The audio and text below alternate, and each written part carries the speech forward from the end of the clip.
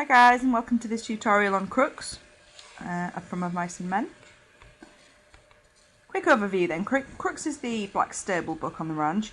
That basically means his job is to look after the horses, anything related such as repairing bridles, saddles, tarring their feet if the horses got injured feet. And his nickname has come about because he was kicked in the spine by a horse and has ever since had a crooked back. In addition to being called Crooks, he is, quite shockingly for us as modern readers, called the nigger by most of the other ranch workers, and as a result of this he's not allowed to sleep in the bunkhouse with the rest of the men, and really he has no friends on the ranch because of this.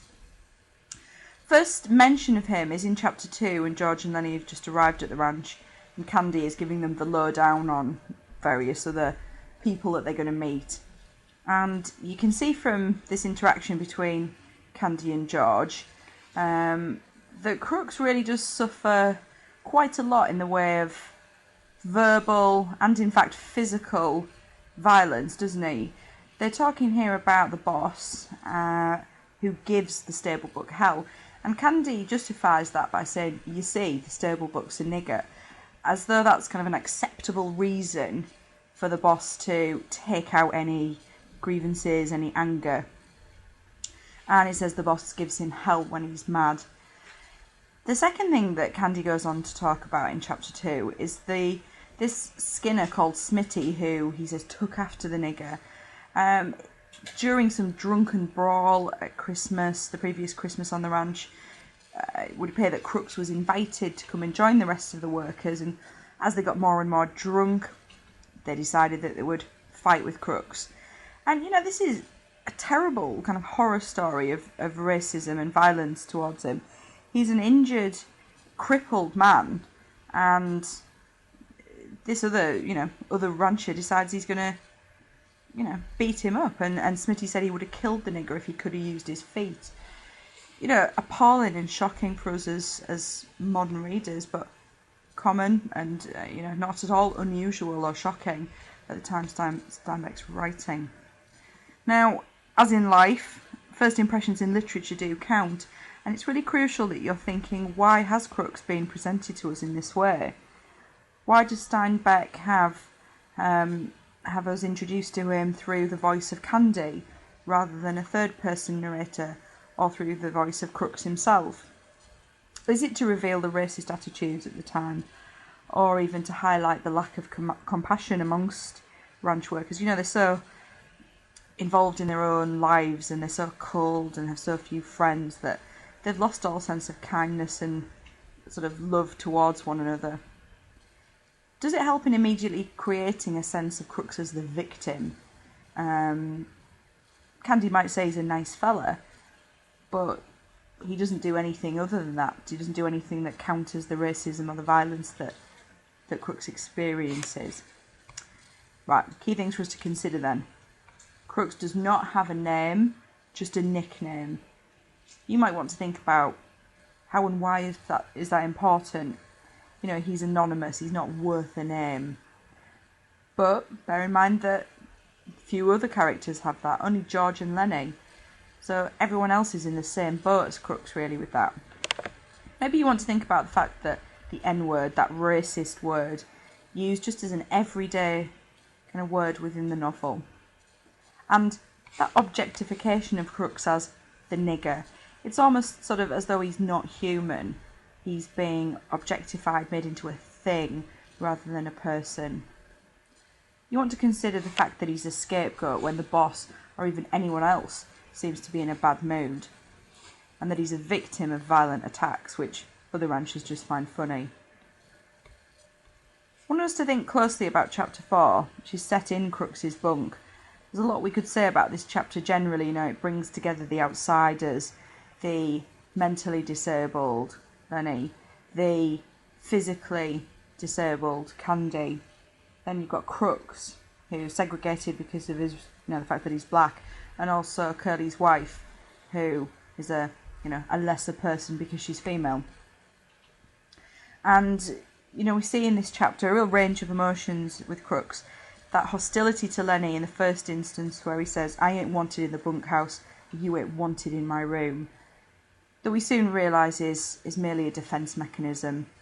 He is so suspicious of anyone speaking to him. He is so used to the aggression and violence from others that he really can't see Lenny for what he is, which is just a sincere, innocent and childlike person who has no concept of racism.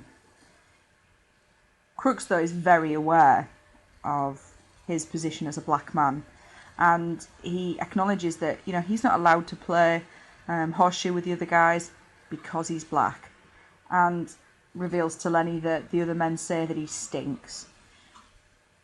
You know, again, appalling and you know, horrifying for us as modern readers, and a real insight into racist attitudes in 1930s America. Crooks desperately wants Lenny to know what it feels like to be alone, and he creates a number of hypothetical situations in which imagine George doesn't come back, which is spiteful and cruel, really, because Lenny doesn't see it for what it is, a pretend or make-believe situation. He just is afraid that something's genuinely happened. But Crooks is just desperate for someone to understand that loneliness that he experiences, telling Lenny, as you can see, a guy goes nuts if he ain't got nobody. So, you know, we can really see that it has a huge impact on Crooks, being alone and having no one to talk to. Towards the end of the chapter, when Curly's wife is threatening him and being horrendously brutal towards him, we see that really poignant and sad way in which Crooks just knows his place, and he says, "Yes, ma'am." And Steinbeck tells us that Crooks had reduced himself to nothing. Really sad that, you know, a spiteful and unpleasant white woman's threat could have such force and such impact. And indeed, thinking about that, this line, "I could get you strung up on a tree so easy it ain't even funny." That was a very real threat. We might wonder, why doesn't Crooks say, "Get out, just, you know, get lost"?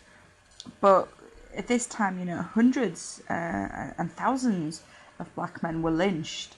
You know, they were taken from their homes illegally. You know, this isn't through a court of law. And mobs and crowds would hang them from trees. You know, horrific deaths.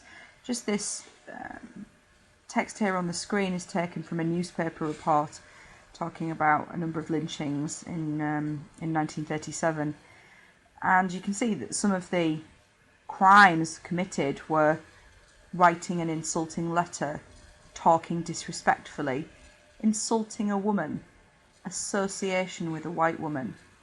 So pretty much if you were a black person in Crooks's position, you had no option but to say "yes, ma'am," and really kind of accept whatever threats Curly's wife comes up with. So here on the screen, just pause this and read this at your leisure. These are things to consider when you're analysing Crooks. Okay, I wanted to show you an example here of a very high standard P paragraph. I want you to have a look at this and reflect on the previous screen, what you need to do when you're analysing a character. This covers all characters, not just Crooks. And see where you can identify those features. This, you know, the top section's obvious. We make a point, we include some evidence, just the explanation where all your marks are. Really kind of, the first part really explains the quote. Really gives us an insight into what it means and what we learn about Crooks. But there's other things that are useful here. Where we see things like "poignantly we as readers are aware," or "this touching unusual interaction," this is that high level skill of evaluation. Because it's making a judgment on what we're learning about him. Read this carefully and see which of the point evidence explain skills you can identify. Okay guys, almost finished. Just a checklist for you to use P, use quotes, think for yourself rather than what your teacher's told you something means, writer's purpose, the effects on readers, and think carefully about context. Good luck.